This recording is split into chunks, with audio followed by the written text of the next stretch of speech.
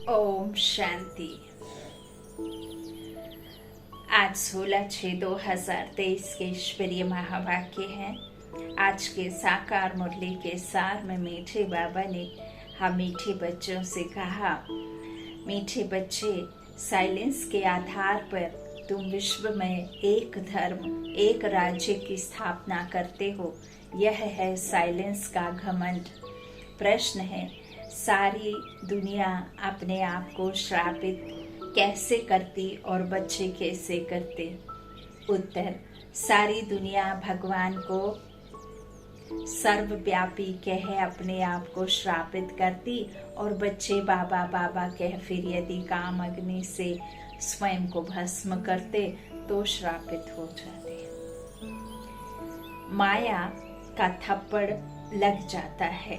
बाबा कहते, हे मीठे मीठी लाडली आत्माएं, अब सतो प्रधान बनो, भस्मासुर नहीं। ओम शांति। बच्चे जानते हैं कि हम अभी अंधियारे से रोशनी में जाते हैं। चंद्रमा की रोशनी ऐसी है जैसे सूक्ष्म बटन। सूर्य निकलता है तो उसकी तपत गर्मी हो जाती है, चंद्रमा शीतलता देता है। अब यह लाइट तो इन आँखों के लिए है, आत्मा को भी आँखें हैं, आत्मा को बुद्धि की आँखें मिलती हैं। आत्मा जानती है, बरोबर अभी बेहद के बाप को भी जानते हैं, और इन आँखों से ब्रह्मा रथ जिसमें शिव बाबा प्रवेश करते हैं।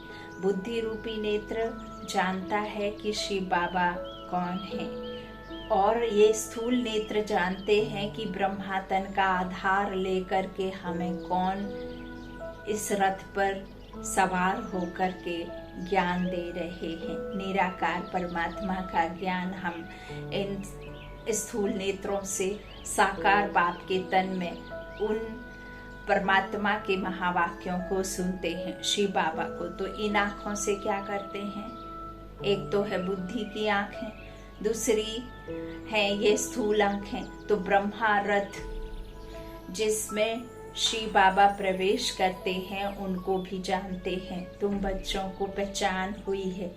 यह पहचान तब होती है जबकि सम्मुख मिला जाता है। नंदीगण भागीरथ भी कहते हैं। नंदीगण हमेशा बैल को दिखाते हैं, भागीरथ फिर मनुष्य को दिखाते हैं। भागीरथ और नंदीगण दोनों में क्या फर्क है एक ही, लेकिन मीनिंग देखो। जिस तन का आधार परमात्मा लेते हैं, अर्थात जिस रथ पर सवार होते हैं, रथी बन करके जिस शरीर में आते हैं, तो वो हुआ नंदीगण। भागीरथ भी कहते हैं। क्यों भागीरथ कहते हैं? क्योंकि मनुष्य को भागीरथ कहते हैं ना, कि गंगा को तप करके नीचे भागीरथ ने बुलाया। तो यहाँ परमात्मा शिव भगवान किसका शरीर का आधार लेते हैं? ब्रह्मा का। तो भगवान जिसमें आते हैं वो कैसा होगा? भागीरथ होगा। क्यों होगा? क्योंकि भाग्य विधाता ने उस शरीर का आधार लिया है। भगवान के रथ को क्या कहेंगे? भागीरथ कहेंगे ना। तो भगवान के रथ को तो फिर मनुष्य भी दिखाते हैं। एक शंकर का चित्र दिखाते हैं, समझते हैं उनसे गंगा आई। अब पानी की गंगा तो है नहीं, अब जटा में तो इतना गंगा का पानी समाहित हो नहीं जाएगा। यह अभी तुम जान गए हो। अभी तुम ब्राह्मणों को सभी शास्त्रों आदि का ज्ञान है, सभी वेदों, ग्रंथों, उपनिषदों आदि का तुम सार समझाते हो। कई बच्चियां हैं जिन्होंने कभी कोई शास्त्र आदि पढ़ा और सुना ही नहीं है। जैसे एग्जाम्पल के लिए मैं खुद का एग्जाम्पल दूं, आज तक मैंने कभी कोई शास्त्र, गीता या शिव पुराण या किसी तरह का कुछ भी शास्त्र उठा करके नहीं पढ़ा। कभी मौका ही नहीं मिला और परमात्मा ने मुझे अपना ज्ञान दे दिया। हाँ, मैंने अपने जीवन में सुंदरकांड और हनुमान चालीसा जरूर पढ़ा है, और बहुत पढ़ा है, अति पढ़ा है। एक दिन में 4-4 सुंदरकांड भी पढ़े हैं भक्ति में, और काउंटिंग नहीं है, इतने हनुमान चालीसा पढ़े हैं। लेकिन कोई किसी तरह का शिव पुराण या गीता पाठशाला में जाकर के कोई गीता उठा करके आज तक पढ़ी नहीं है, ना ही किसी तरह का कोई ग्रंथ उपनिषद पढ़ा है। तो बाबा देखो आज उन बच्चियों का भी लिख रहे हैं कि कई बच्चियों ने तो शास्त्र आदि पढ़ा और सुना ही नहीं है, परंतु सब वेदों शास्त्रों के सार को समझ रहे हैं। है ना वंडर बाबा का ज्ञान। अब ये इसका मतलब ये नहीं कि आप अपने में आ जाएं कि ओह मैं तो बड़ी वो हो गई हूँ ज्ञानी, कि मैं समझ चुकी हूँ। नहीं, परमात्मा की रीति, परमात्मा की जो विधि, परमात्मा का जो करंट है अपनी ओर खींचने का, और उनका जो इतना सहज राजयोग, इतना सहज ज्ञान सागर का ज्ञान है कि अनपढ़ा भी समझ सकता है। बाबा कहते हैं नहीं पढ़े फिर भी वो समझ रही हैं, अनपढ़ और ही पढ़े हुए से तीखे जाते हैं। और कहते भी हैं ना, more study more confusion, no study no confusion. तो यहाँ परमात्मा के लिए जो भी बातें हैं, तो आप जो पुरानी हद की पढ़ाई पढ़ के आएंगे या जो भी भक्ति की सामग्री को साथ समेट करके लेकर के आएंगे ना, तो परमात्मा को समझना थोड़ा सा मुश्किल हो जाएगा, क्योंकि फिर आप क्वेश्चन मार्क लगाएंगे।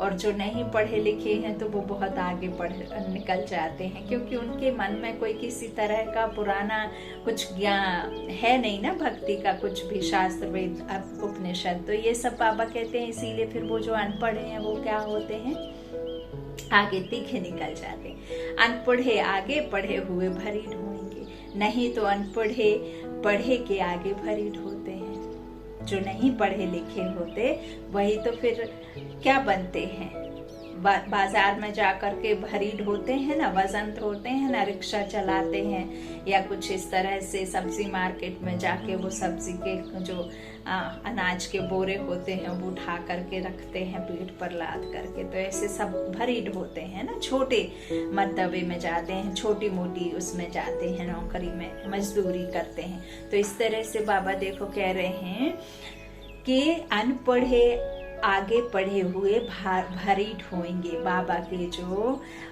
बच्चे हैं, जो बाबा कहते हैं अनपढ़े आएंगे, वो तो तीखे चले जाएंगे, क्योंकि उनके पास में परमात्मा के सिवाय कोई दूसरी पढ़ाई पढ़ने के लिए मन नहीं करेगा, किसी दूसरे पर विश्वास करने का नहीं। जो परमात्मा ने कह दिया वही सत्य है, और किसी तरह का कोई भी असत्य वो सुनने तैयार नहीं। निश्चय बुद्धि निश्चय बुद्धि विजयंती। जो निश्चय होगा उस एक पर, तो वो निश्चिंत होगा और उसकी विजय फिर निश्चित है। लेकिन जो विजय निश्चित किसकी नहीं है, जो हर बात में क्या क्यों कब में जाते हैं, हर एक बात में क्वेश्चन मार्क लगाते हैं, तब फिर उनकी विजय निश्चित नहीं है। तो बाबा वो ही कह रहे हैं, अभी के जो पढ़े लिखे होते हैं वो अच्छे मर्तबे पे बैठ जाते जाके, लेकिन जो बाबा के अनपढ़े बच्चे वो तीखे निकल जाएंगे, और फिर भविष्य में वो अनपढ़े क्या करेंगे, अच्छे उस पे जाएंगे, और फिर जो पढ़े लिखे रहेंगे वो भरी ढोते हैं। यहाँ यह वंडर है ना, कुछ नहीं पढ़े हुए सब वेद शास्त्रों, धर्मों, भक्ति मार्ग के कर्म कांडों को जानते हैं। मनुष्य वानप्रस्थ अवस्था में ही गुरु करते हैं, फिर वह बैठ उन्हों को शास्त्र आदि सुनाते हैं। वे समझते हैं इनसे परमात्मा के पास जाने का रास्ता मिलता है। अब ये सब तो ब्रह्मा बाबा ने भी किया, लेकिन वो तो सक्सेस हुए नहीं। उन्होंने तो 12 गुरु इसी चक्कर में छोड़े, क्योंकि कोई भी गुरु उनको सही मार्ग और सही भगवान का जो रास्ता था, कौन है कैसा है, वो बता ही नहीं पा रहे थे, तो उनको छोड़ना पड़ा। इसीलिए परमात्मा कहते हैं कि फिर जो भी इस तरह से हैं वो बाद में क्या करते हैं, वे समझाते हैं, इनसे परमात्मा के पास जाने का रास्ता मिलता है। जैसे कोई पहाड़ी है, कहाँ से भी ऊपर चढ़कर जाना है, परंतु ऐसे तो है नहीं। तुम जो कुछ नहीं जानते थे अब सब कुछ जान गए हो। कुमारियों द्वारा ही परम पिता परमात्मा ने भीष्म पितामह आदि को ज्ञान बाण मरवाए थे। अब स्थूल में तो बाण मारने की कोई बात नहीं है। दुनिया इन बातों को नहीं जानती। जगदम्बा सरस्वती कुमारी है ना, बड़े बड़े पंडित सरस्वती सरनेम रखाते हैं। वास्तव में ज्ञान सागर से निकली हुई ज्ञान सरस्वती है मम्मा। ज्ञान सागर बाप, ज्ञान सागर बाप के जो मुख से फिर जो ज्ञान निकला उससे फिर ज्ञान सरस्वती मम्मा ज्ञानी बनी ना।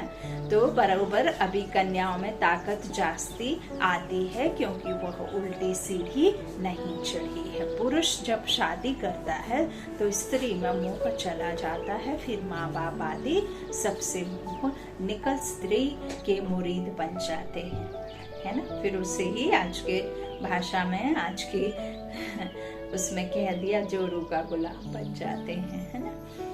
तो मुरीद बन जाते हैं। फिर बच्चे पैदा करते हैं तो फिर उनमें मोह चला जाता है, फिर बच्चों में बढ़ जाता है, बीबी से थोड़ा कम हो जाता है। अभी तुम बच्चे, बाबा समझाते हैं कि अभी तुम सबसे नष्ट मोहा बनते हो, अपने को आत्मा निश्चय करते हो। आत्मा का योग है बाप से, आत्मा का योग है परमात्मा से।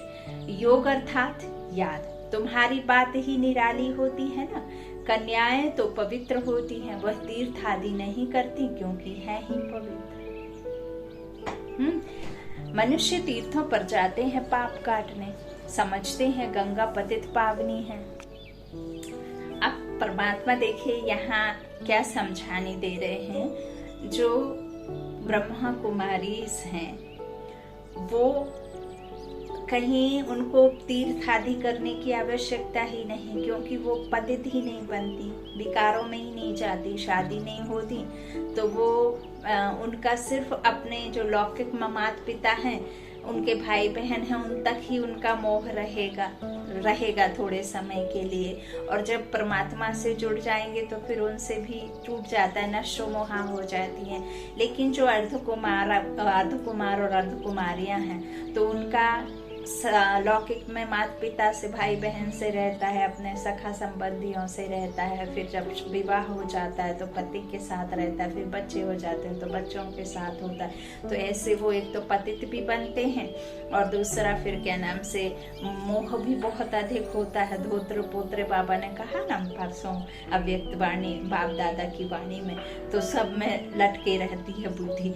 तो अर्धकुमारी और कुमारियों में ये फर्क हो जाता है, तो उनको कहीं जाने की आवश्यकता ही नहीं है, कोई कर्म कांड करने की जरूरत ही नहीं है।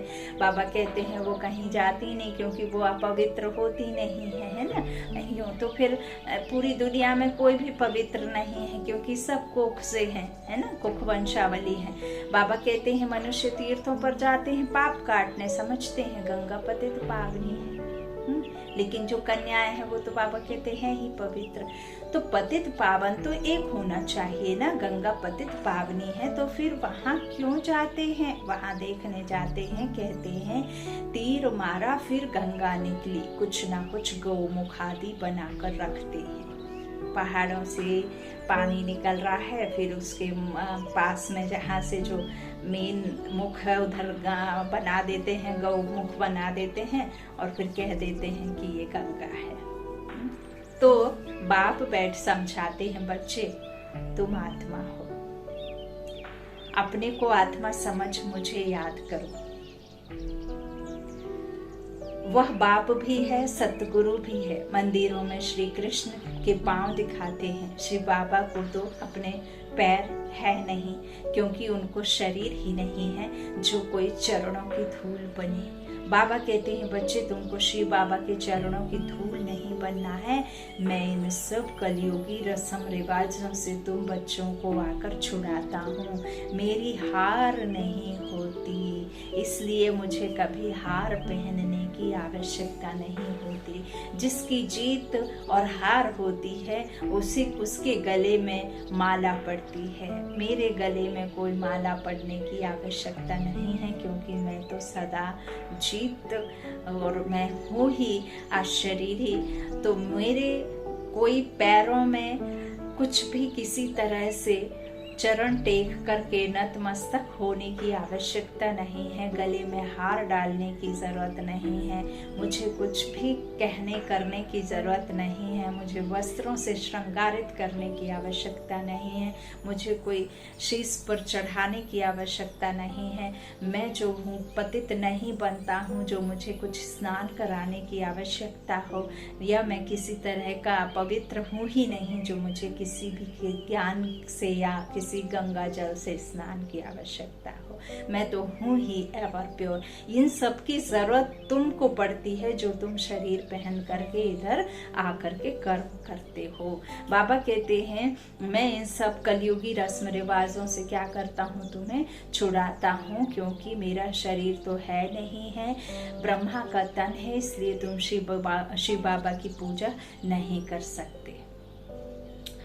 इस भाग्यशाली रथ में शिव आया है। भक्ति मार्ग में शिवो हम कहने वालों पर फूल आदि चढ़ाते हैं। यह है सब भक्ति मार्ग की रस्म रिवाज। अर्थ कुछ भी समझते नहीं। कहते हैं स्त्रियों को लिंग की पूजा नहीं करनी चाहिए। ऐसे भी कह देते हैं हनुमान जी की पूजा नहीं करनी चाहिए, लिंग की पूजा नहीं करनी चाहिए, परंतु वह कौन है यह भी समझते नहीं। वास्तव में शिव कोई ऐसा लिंग रूप तो है नहीं जैसा बना दिया है।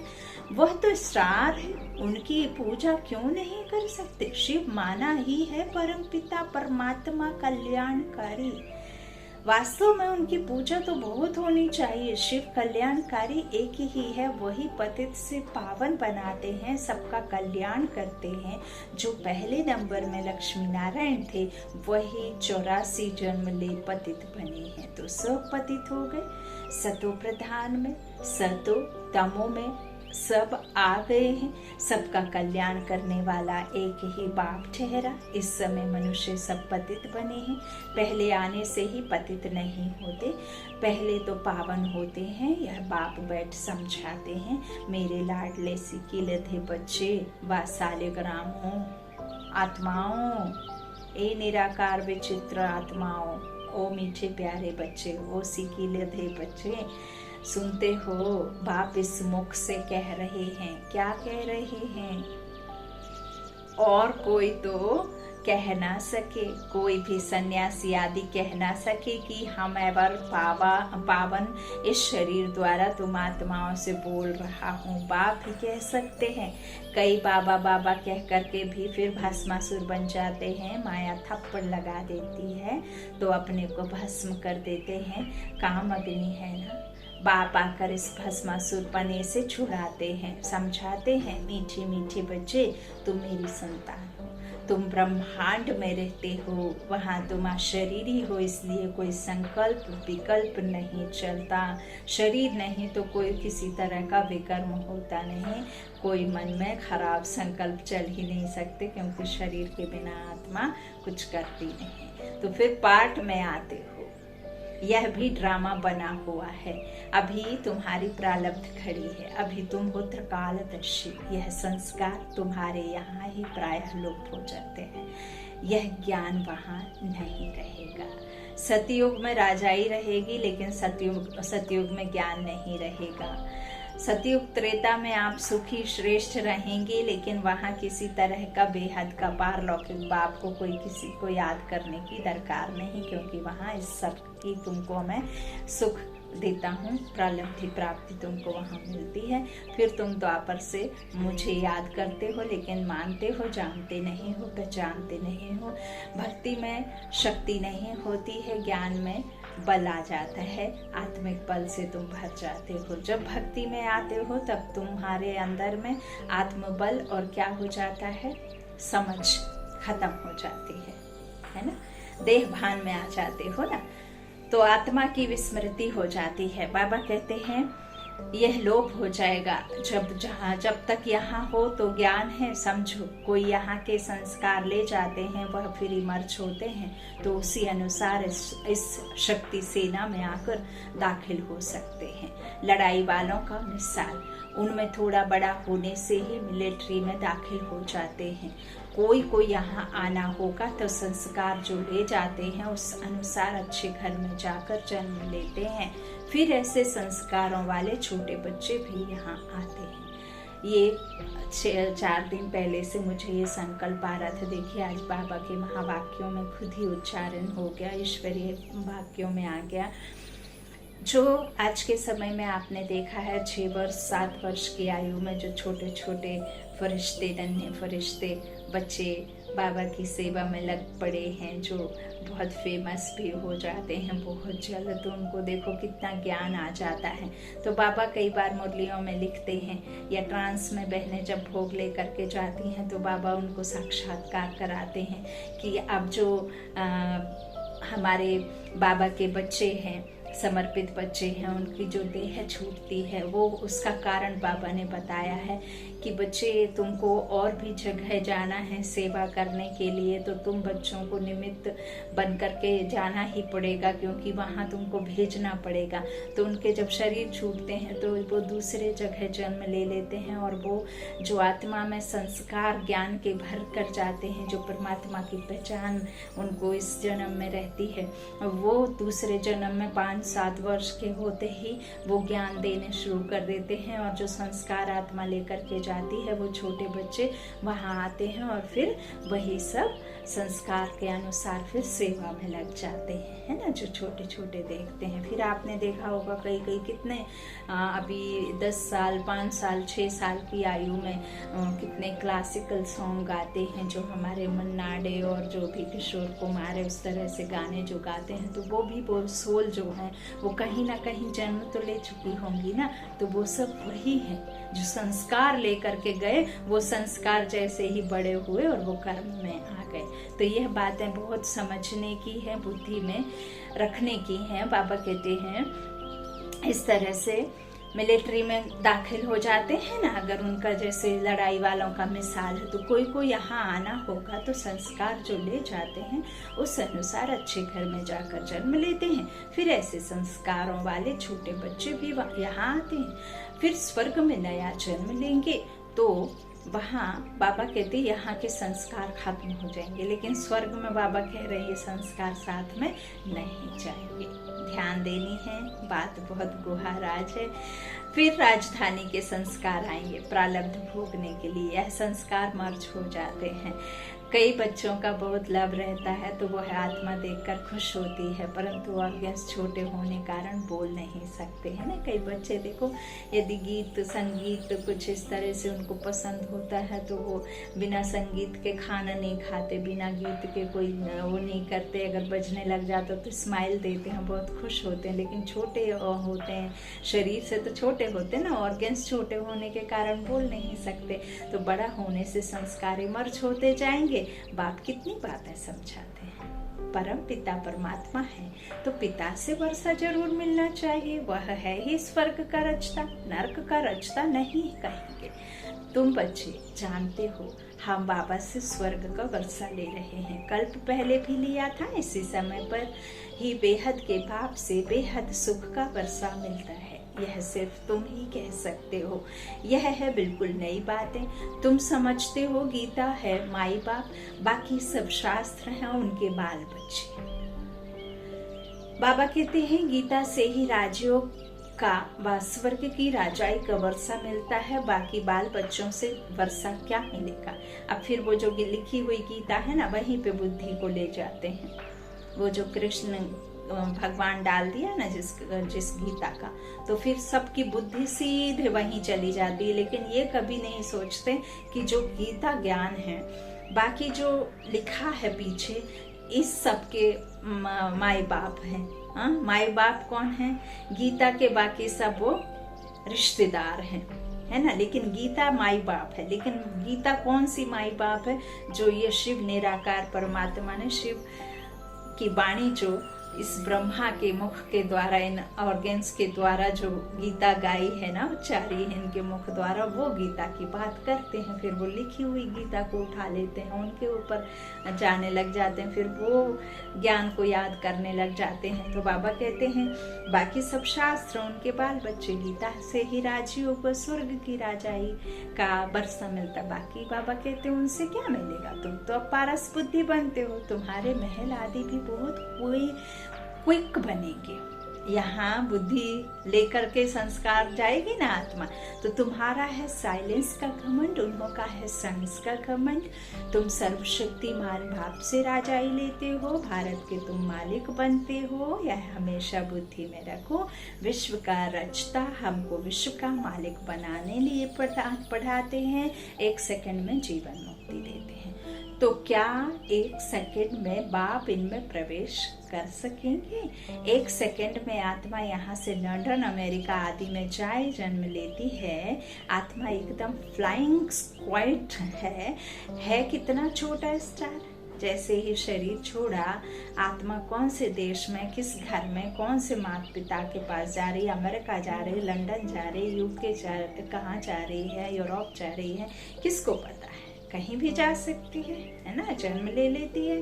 तो कितना टाइम लगता है, बाबा कहते हैं। तो बाप इसमें प्रवेश नहीं कर सकते सेकंड्स में। तो बाबा कहते हैं इस तरह से कितना छोटा स्टार है, पुनर्जन्म तो जरूर मानेंगे। मानते हो कि नहीं? तुमने कितने पुनर्जन्म लिए हैं? 84 जन्मों में जरूर आना है। जो बिल्कुल ही पतित शूद्र बुद्धि है, वे आकर फिर से स्वच्छ बुद्धि बनते हैं। स्वच्छ बुद्धि का संग जरूर ऐसा ही बनाएगा। अभी तुम मास्टर ज्ञान सागर ठहरे।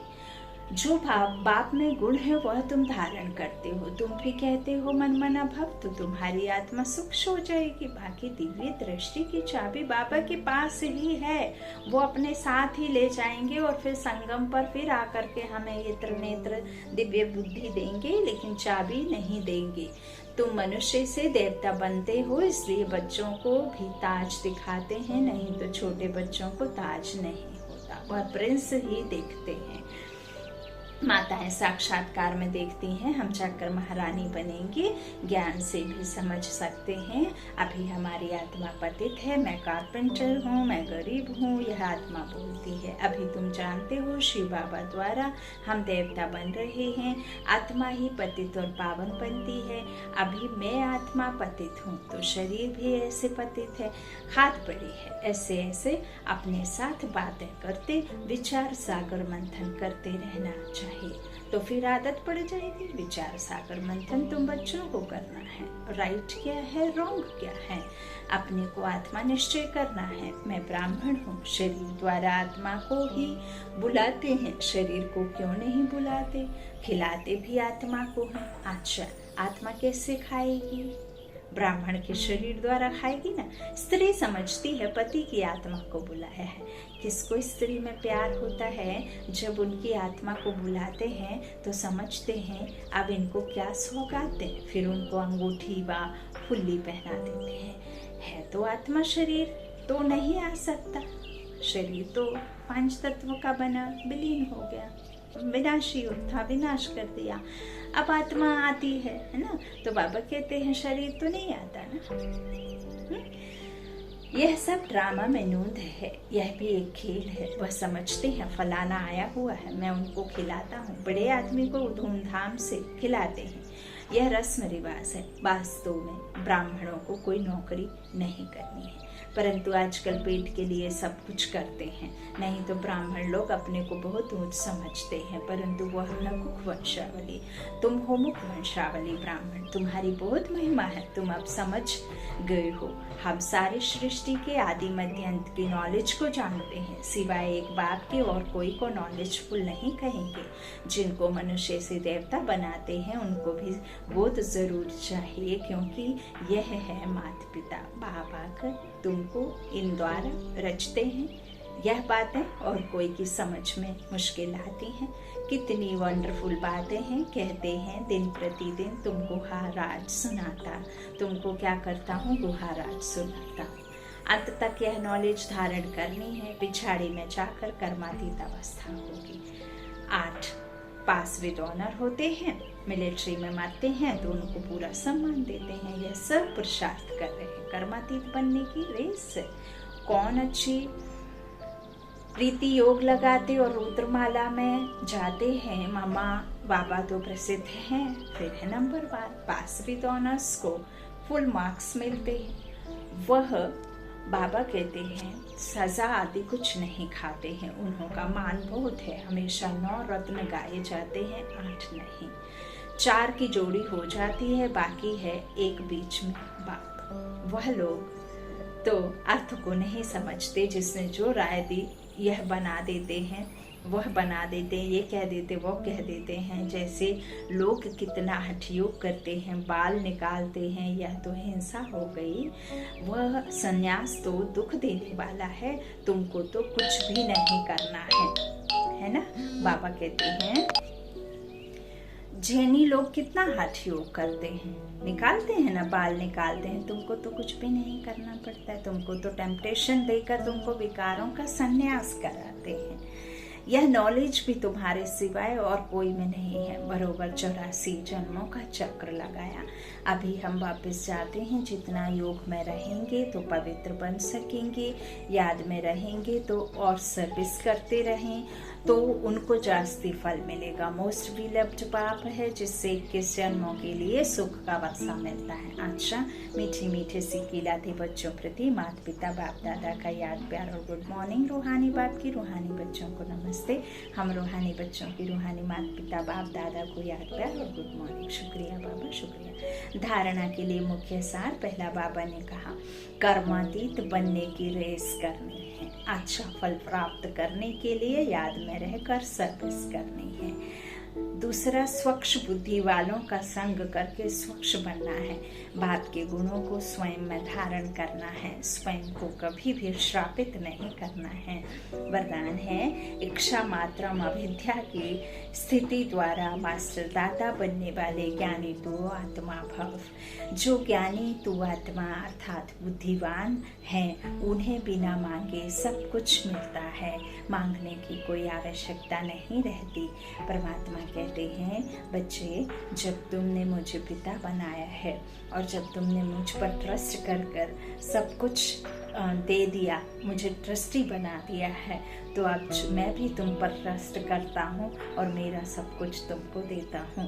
तुमको मांगने की दरकार नहीं है, जो तुम्हारा है वो तुम्हें मिलकर रहेगा, लेकिन फिर उसके लिए तुम्हें पुरुषार्थ जरूर करना होगा, श्रीमत पर चलना होगा। बिना मांगने की दरकार नहीं है। तो बाबा कहते हैं जब स्वतः सर्व प्राप्तियां हो जाती हैं तो मांगने का संकल्प भी नहीं उठ सकता। ऐसे बच्चे इच्छा मात्रम अविद्या बन जाते हैं। ऐसे ज्ञानी तू आत्मा मांगने वाले से दाता के बच्चे मास्टर दाता बन जाते हैं। मांगना पूरा हो जाता है, बस इतना बड़ा स्वमान मिल जाता है जो नाम मान शान की भी इच्छा नहीं रहती है। अब देखो वो भगवान है, तुम मास्टर भगवान हो। एक पिता के बच्चे के आगे लिखा रहता है ना, है वो मिस्टर होते हैं, फिर वो मास्टर होते हैं। तो जो भगवान है वो आप भी हो, लेकिन आप मास्टर हो, है ना। वो सर्वशक्तिमान है तो आप मास्टर सर्वशक्तिमान हो। वो सर्वशक्तिमान पिता सर्वसमर्थ है तो आप मास्टर सर्वसमर्थ हो। आप विश्व कल्याणकारी पिता के मास्टर विश्व कल्याणकारी बच्चे हो। आप क्या हो? सबको प्रेम देने वाले मास्टर, प्रेम के सागर हो, है ना। आप दुखियों के दुख दूर करने वाले मर्सीफुल बाप के बच्चे मास्टर मर्सीफुल हो। आपको सिर्फ देना है, देना है, देना है। और जब परमात्मा के जो आप किसकी संतान हो, आप देने वाले की संतान हो ना, तो फिर आपको देना चाहिए। तो फिर इस तरह से फिर आप कैसे मांग सकते हो? अच्छा स्लोगन है, अपने मन बुद्धि संस्कारों पर संपूर्ण राज्य करने वाले ही स्वराज्य अधिकारी हैं। अपने मन बुद्धि संस्कारों पर संपूर्ण राज्य करने वाले ही स्वराज्य अधिकारी हैं, है ना। अच्छा, ओम शांति, ओम शांति।